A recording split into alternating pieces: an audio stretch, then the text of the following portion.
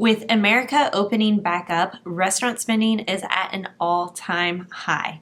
In fact, Americans spent over $67 billion this past May in restaurant spending alone. So it got me thinking, is it time to reevaluate the amount of money that we spend eating out and going to restaurants? So in this video, we are going to be doing an exercise on just looking back at how much you spend on eating out and what you can do about it to make sure that it's not ruining your budget. We are going to be using a worksheet from inside of my How to Control Your Spending workbook.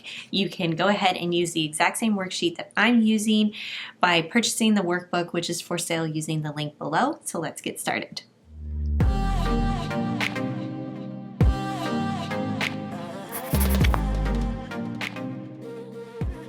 Hey guys, it's Justine with Debt Free Millennials, the channel to help you crush your debt and live payment free. Now, restaurant spending and ordering takeout is like my jam. Like this video if it's also your jam. I find that the weekends are just kind of my break from cooking. I really enjoy cooking, but Friday nights I'm just like, you know what? Sushi sounds great. Or let's order burgers or chicken sandwiches, whatever it may be. I'm just in the mood to indulge and just lay on the couch and watch a movie and have DoorDash come deliver something to my door. So I found that that type of habit can actually get out of hand if you're not careful. So my experience with ordering takeout and going to restaurants is Fridays, I'm always ordering takeout. Saturdays, pretty much the same thing. And then the rest of the week, I'm usually cooking and we are eating in at home. Also, I have a almost 4-month-old baby now, and with figuring out her routine and my new routine and what life looks like as parents, we've definitely been ordering more takeout simply because I haven't had the energy to cook. So I was like, let's reevaluate how much we are eating out. So let's hop over onto the kitchen table, and I'm actually going to go through all of the restaurant spending that I did for the previous month and see if it's actually been a budget buster. So let's hop over and get started. All right, so what I'm going to do is I am going to pull up my credit card statement, and I am going to go through each line item for the month of June and write down all of the times that I spent money on a restaurant.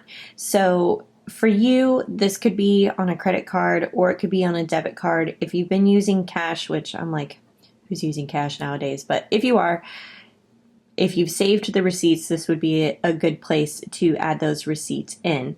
However, you're going to find that using a credit card statement to look at or a bank statement is going to be your best bet. So I'm going to fill out this for the month of June.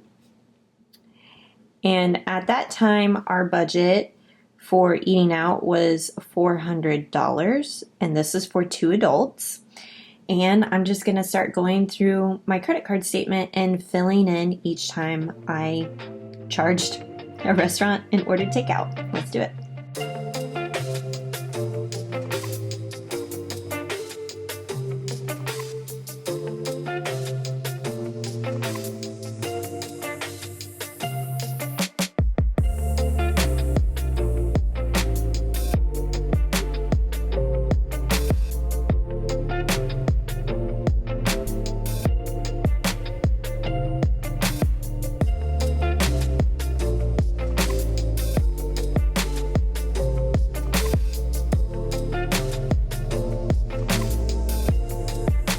Okay, so these are all of the restaurants that I saw inside of my credit card statement that we spent money on, so I'm going to add this up.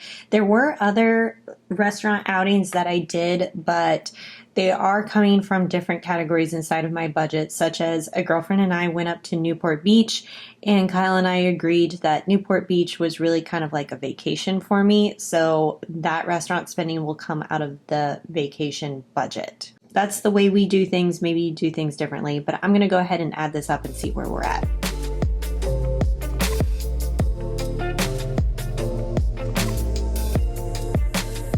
All right, so the total was just $209.30, which is definitely under our $400 budget.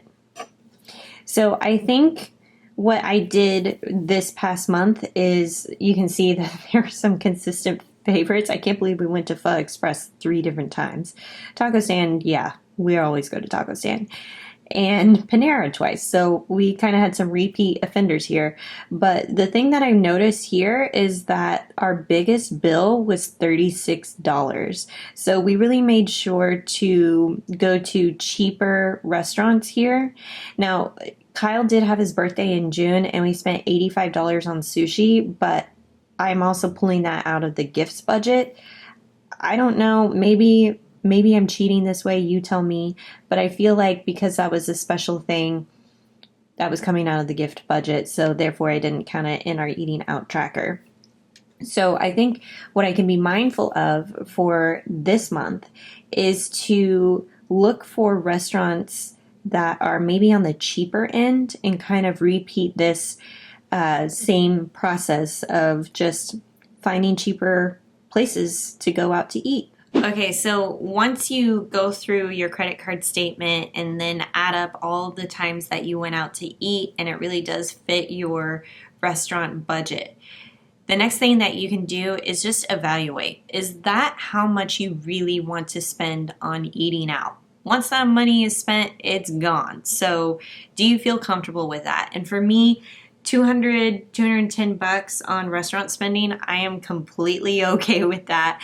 In fact, I had budgeted $400, which I think is a little high for us, but also, like I was saying, we have a newborn, so I was trying to give myself some grace with not spending so much time and energy and stress about cooking meals, that I said it's okay if I need to spend a little bit more on restaurants this past month.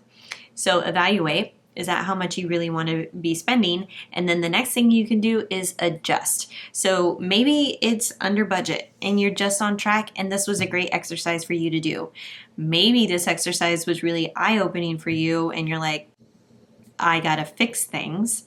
And so you can make little adjustments. Now, if you spent $500 the past month on eating out and really you wanted to spend like $250, that might be too big of a jump for you to accomplish, maybe, but keep it realistic. Instead of spending $500, maybe you want to adjust that to $450 or $400.